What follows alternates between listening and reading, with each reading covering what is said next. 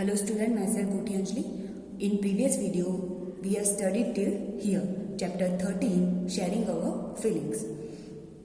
So in this chapter we have seen Seema, sharing our feelings. तो यहाँ पे हमें सीमा की स्टोरी दी है with whom she share her feelings. So there are two people, her Nani and her Ravi Bhaiya, and we have given some about Ravi Bhaiya and her Nani, how they are. So now we will see some question of about this. So here first question is, Seema's father reads the newspaper aloud to her Nani. How do you help old people?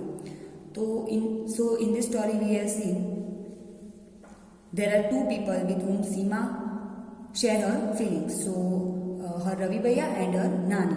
So we have given some more information about her Nani. So her Nani is so Seema's Nani can't hear and see very well. So वो ठीक से देख नहीं सकती, तो उसके जो सीमा के फादर है वो क्या करते हैं, उनके लिए जोर से न्यूज़पेपर पढ़ते हैं. Seema's father reads the newspaper aloud to her nani. इसकी वजह से वो क्या होगा, उनको नानी को न्यूज़पेपर रीड नहीं करना पड़ेगा क्योंकि वो रीड कर ही नहीं सकते ठीक से. तो उसके लिए उसके जो सीमा के फादर है वो उसके लिए न्यूज़पेपर रीड कर देते हैं. तो यहाँ पे हमें क्वेश्चन दिया कि how do you help old people. तो आप ओल्ड पीपल की मदद कैसे करते हो. जैसे कि सीमा के फादर उनके लिए न्यूज़पेपर रीड करके उनकी हेल्प कर देते हैं, वैसे आप अपने ओल्ड एज पीपल होते हैं उनकी हेल्प कैसे करते हैं. तो यहाँ पे first question, how do you help old people. So जो हमारे घर में भी जो ग्रैंड पेरेंट्स होते हैं हमारे, उनकी एज बहुत ही ओल्ड होती है, वो ओल्ड पीपल होते हैं. तो उनकी हेल्प हम किस तरह से करते हैं. जैसे कि हम उनके स्पेक्टिकल्स होते हैं, वो अगर कहीं पे गुम हो गए तो उसको फाइंड करने में उनकी हेल्प करते हैं. फिर उनको जो मेडिसिन होती है वो उनको टाइम पे लेने की याद दिला सकते हैं. फिर उनके जो कुछ काम होते हैं वो हम करके उनकी हेल्प कर सकते हैं जिसकी वजह से उनको हेल्प हो जाए. तो यहाँ पे ये क्वेश्चन का आंसर आप खुद भी लिख सकते हो कि आप ओल्ड पीपल की हेल्प कैसे करते हो. So first question, Seema's father reads the newspaper aloud to her Nani. How do you help old people? तो आप old people की हेल्प कैसे करोगे. तो answer, I help my grandmother in remembering to take her medicine. तो मैं अपनी grand mother की हेल्प कैसे करती हूँ, तो उनकी जो मेडिसिन होती है उनको लेने के लिए याद कराती हूँ. And searching her spectacles. जो उनके स्पेक्टिकल्स होते हैं, स्पेक्टिकल्स की मीन्स की जो पेयर ऑफ ग्लास, तो वो फाइंड करने में भी उनकी हेल्प करती है. अगर उन्होंने कहीं रख दिए और उनको नहीं मिल रहे तो उसको फाइंड करके भी हम उनकी हेल्प कर सकते हो. तो यहाँ पे आप जैसे भी जो ओल्ड पीपल की हेल्प करते हो आप वो आंसर लिख सकते हो. नेक्स्ट है, और आपको ये अपने ईवीएस की नोटबुक में लिख देने हैं. जो भी हमने अंडरलाइन वर्ड्स किए वो सारे वर्ड्स आपको फर्स्टली स्टार्टिंग में लिखने हैं न्यू वर्ड्स करके, एंड देन आपको ये एक्सरसाइज लिखनी है, question answer. Second question, what kind of problems do people have in old as. तो किस प्रकार के जो प्रॉब्लम्स होते हैं वो लोगों को ओल्ड एज में होते हैं. तो what kind of problem do people have in old as. So they sometime face in pen in their bones. उनके बोन्स में पेन हो सकता है. फिर एज अ सीमा's नानीज जो उनको बैक पेन होता था वो. देन उनको हियरिंग प्रॉब्लम हो सकती है. आई साइड उनकी जो है वो भी इसकी भी प्रॉब्लम हो सकती है, वो ठीक से देख नहीं सकते, सुन नहीं सकते. Some people can't walk properly. So यहाँ पे किस टाइप के प्रॉब्लम हो सकते हैं. So second question, what kind of problem do people have in old as.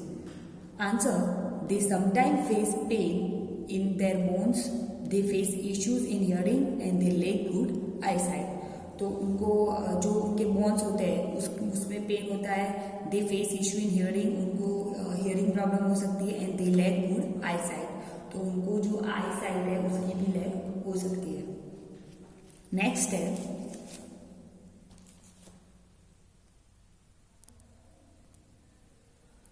Question number 3, how does Ravi bhaiya come to know so many things without seeing. तो जो रवि भैया है सीमा के, वो क्या है, हमें पता है कि वो ब्लाइंड है, is blind, he can't see. So उसके रवि भैया को कैसे पता चलता होगा बिना देखे. कई चीज़ें उनको, जैसे कि उनकी वाइट स्टिक है वो हर रोज़ एक प्लेस पे रखते हैं तो वो उनको बिना देखे मिल जाती है। फिर उसको जो उसके फैमिली मेम्बर है तो वो कौन सा फैमिली मेम्बर है उनके पास आता है तो उनको वो पता चल जाता है कि ये कौन है। फिर वो जो सीमा है वो है वेदर शी इज़ हैप्पी और सैड, वो भी उनको पता चल जाता है कि सीमा खुश है कि सैड है। तो ये सब उनको बिना देखे कैसे पता चलता है। तो जो ब्लाइंड पीपल होते हैं जनरली उनको क्या होता है, as a good hearing skill, उनकी जो हियरिंग स्किल होती है वो अच्छी होती है। तो वो सब साउंड से ही पता चल जाता है उनको कि ये सब समवन हैप्पी सैड या फिर उनके पास कौन आ रहा है या फिर उनकी मूवमेंट से ही वो पता चल जाता है कि ये चीज़ से है। तो वो सब कुछ जो होता है वो साउंड से रिकॉग्नाइज करते हैं। तो यहाँ पे जो थर्ड क्वेश्चन है उसका आंसर होगा, third question, how does Ravi bhaiya come to know so many things without seeing. तो बहुत सारी चीज़ें उनको बिना देखे कैसे पता चलती होगी। So answer is because in general the blind people has a good hearing skill. तो जो ब्लाइंड पीपल होते हैं उनकी जो हियरिंग स्किल होती है वो बहुत अच्छी होती है और वो सब साउंड से उनको पता चल जाता है। नेक्स्ट क्वेश्चन है question number 4, have you ever needed a stick when. तो जैसे सीमा के रवि भैया है वो carries a white stick with him तो वो उनको वाइट स्टिक की जरूरत होती है क्योंकि because he is a blind. But have you ever needed a stick, क्या आपको कभी स्टिक की जरूरत पड़ी, and if yes then when.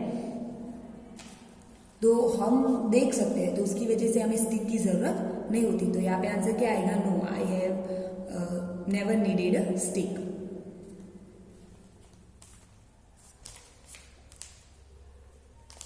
So question number 4 answer, question number 4, have you ever needed a stick when? Answer, no, I have never needed a stick because we can see properly, so we don't need stick. And Ravi Bhaiya, he is a blind, so he need stick. Question number 5, can you think when you may need a stick? तो आप क्या सोच सकते हैं कि आपको stick की ज़रूरत हो। तो ऐसा कोई काम है जिसको करने के लिए हमें स्टिक की ज़रूरत पड़ती हो। तो ऐसे कौन कौन से काम हो सकते हैं। तो टू क्लाइंब ट्री, अगर हमें ट्री पे चढ़ना हो, if we want to climb tree so we can't, so we need stick.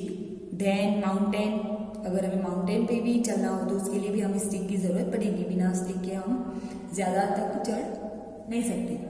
Then we might need a stick, वहाँ पे हमें स्टिक की ज़रूरत हो सकती है। और भी कई ऐसी चीज़ें हो सकती है जिसके लिए हमें स्टिक की ज़रूरत हो। तो यहाँ पे क्वेश्चन नंबर 5 का आंसर क्या आएगा, question number 5, can you think when you may need a stick. So answer, to climb tree mountain we might need a stick. तो ट्री और माउंटेन पे जाने के लिए हमें स्टिक की ज़रूरत हो सकती है। देन लास्ट क्वेश्चन है question number 6, how do we help those people who can not see. तो जो लोग हैं वो देख नहीं सकते, उनकी हेल्प हम कैसे कर सकते हैं। तो जैसे कि रवि भैया है वो देख नहीं सकते, तो उनको किस किस चीज़ में हेल्प की ज़रूरत हो सकती है। तो जैसे कि अगर कहीं वो बाहर जाते हैं तो उनको रोड क्रॉस करना हो, दे वॉन्ट रोड क्रॉस